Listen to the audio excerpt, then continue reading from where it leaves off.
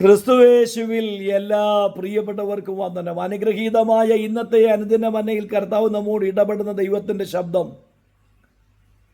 വ്യത്യസ്ത മനോഭാവമുള്ളവരാണെങ്കിൽ നിങ്ങൾ അപൂർവമായ കാര്യങ്ങളെ കാണാനിടയാകും.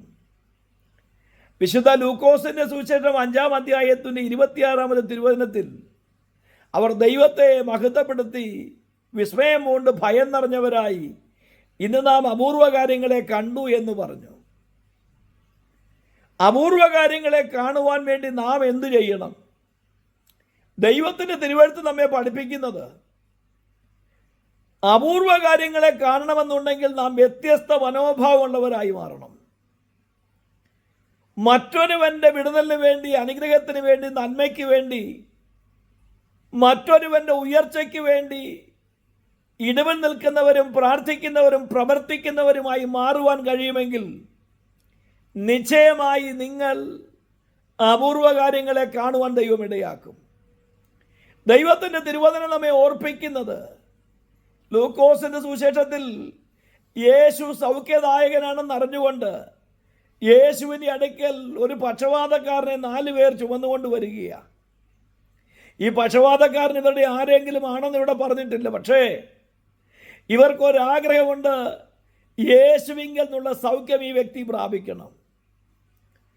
എനിക്ക് നിങ്ങൾക്കും ഈ ഒരാഗ്രഹമുണ്ടെങ്കിൽ അനേകർ യേശുവിനെ അറിയാനും യേശുവിൽ നിന്നുള്ള അത്ഭുതം പ്രാപിക്കാനും ഇടയാകും. ഇവർ യേശുവിൻ്റെ അടുക്കൽ വന്നപ്പോൾ ഇപ്പോൾ സാഹചര്യം ഒട്ടും അനുകൂലമല്ല. യേശു ഇരിക്കുന്ന അടുത്തേക്ക് അടുക്കാൻ പോലും കഴിയുന്നില്ല. പക്ഷേ ഈ പ്രതിസന്ധികളൊന്നും കണ്ട് അവർ ഭയപ്പെടാനോ മാറിപ്പോകാനോ ഇടയായില്ല.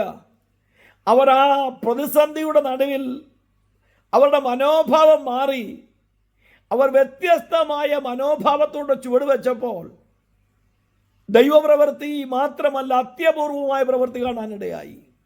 എന്ന് പറഞ്ഞാൽ യേശു ഇരിക്കുന്ന ഭവനത്തിൻ്റെ ഉടമയുടെ ഭവനത്തിൻ്റെ മേൽപ്പുര പൊളിച്ചു മാറ്റി ഓട് നീക്കി അതിനകത്തൂടെ തളർവാദ രോഗിയെ യേശുവിൻ്റെ മുമ്പിൽ എത്തിച്ച അവരുടെ ത്യാഗോജ്വലമായ മനോഭാവം, ഈ മനോഭാവം ഇവരുടെ പ്രവൃത്തി മൂലം രോഗിക്ക് സൗഖ്യമായി മാറിയെങ്കിൽ കർത്താവ് തിരയുന്നത് ഇങ്ങനെയാ: മറ്റൊരുവന് വേണ്ടി അധ്വാനിക്കുന്നവരും പ്രവർത്തിക്കുന്നവരും അവരുടെ വിടുതലിന് വേണ്ടി താല്പര്യപ്പെടുന്നവരുമായ ജനത്തെ നോക്കി കർത്താവ് നിൽക്കുന്നുവെങ്കിൽ, അങ്ങനെയുള്ള മനോഭാവം നിങ്ങൾക്കുണ്ടെങ്കിൽ നിങ്ങൾ മൂലം മറ്റുള്ളവരുടെ ജീവിതം നിശ്ചയമായി നന്മ പ്രാപിപ്പാനും അനുഗ്രഹം പ്രാപിപ്പാനും ഇടയാകുമെന്ന് ദൈവത്തിൻ്റെ തീരുമാനം ഓർപ്പിക്കുമ്പോൾ, ഇനി മറ്റൊരു വ്യക്തിയെ ഇവിടെ ആ വ്യക്തിയുടെ മനോഭാവത്തെക്കുറിച്ച് പറയാതിരിക്കാൻ ഒരു നിർവാഹവുമില്ല. അത് മറ്റാരുടെയുമല്ല. എൻ്റെ വീടിൻ്റെ മേൽപ്പൂര പൊളിച്ചാലും എൻ്റെ വീടിൻ്റെ മേൽപ്പൂര തകർന്നാലും വേണ്ടുമില്ല, മറ്റൊരുവന് വിടുതലായി മാറണമെന്ന് ആഗ്രഹിക്കുന്ന ഭവനക്കാരനെ. അങ്ങനെയെങ്കിൽ എൻ്റെ പ്രിയപ്പെട്ട സഹോദരങ്ങളെ, നമ്മുടെ മനോഭാവത്തെ നമുക്കൊന്ന് പരിശോധിക്കാം. നമുക്ക് മറ്റൊരുവൻ യേശുവിൻ്റെ അടുക്കൽ വരാൻ കാരണമാകേണ്ടതിന് എനിക്ക് ചില നഷ്ടങ്ങൾ സംഭവിച്ചാലും വേണ്ടുമില്ല, എനിക്ക് ചില ക്ലേശങ്ങൾ സംഭവിച്ചാലും കുഴപ്പമില്ല എന്നുള്ള മനോഭാവക്കാരാകുന്നുവെങ്കിൽ നിങ്ങളിലൂടെ കർത്താവ് അത്യപൂർവമായ കാര്യങ്ങളെ ചെയ്യാനിടയാകും. അങ്ങനെയെങ്കിൽ കർത്താവ് എന്നെയും നിങ്ങളെയും വിളിച്ചത് ലോകത്തിൻ്റെ ഉപ്പായി മാറാനാ, രുചി വരുത്തുന്നവരായി മാറാനാ, മറ്റുള്ളതിനെ ചെയ്യാതെ സൂക്ഷിക്കുന്നവരായി മാറുവാനുള്ള സ്വഭാവ ഗുണമുള്ളവരായി മാറാനാ. കർത്താവ് എന്നെയും നിങ്ങളെ വിളിച്ചത് ലോകത്തിൻ്റെ വെളിച്ചമായി മാറാനാ. അതെ, ആ വീട്ടുടയവൻ്റെ മനോഭാവം, ചുമന്നുകൊണ്ടുവന്നവരുടെ മനോഭാവം തളർവാദ രോഗിയായി കിടന്നവൻ്റെ ജീവിതത്തിൽ വിടുതലിന് കാരണമായി തീർന്നെങ്കിൽ, പ്രിയമുള്ളവരെ, നമുക്കതിനു വേണ്ടി ഉത്സാഹിക്കാം.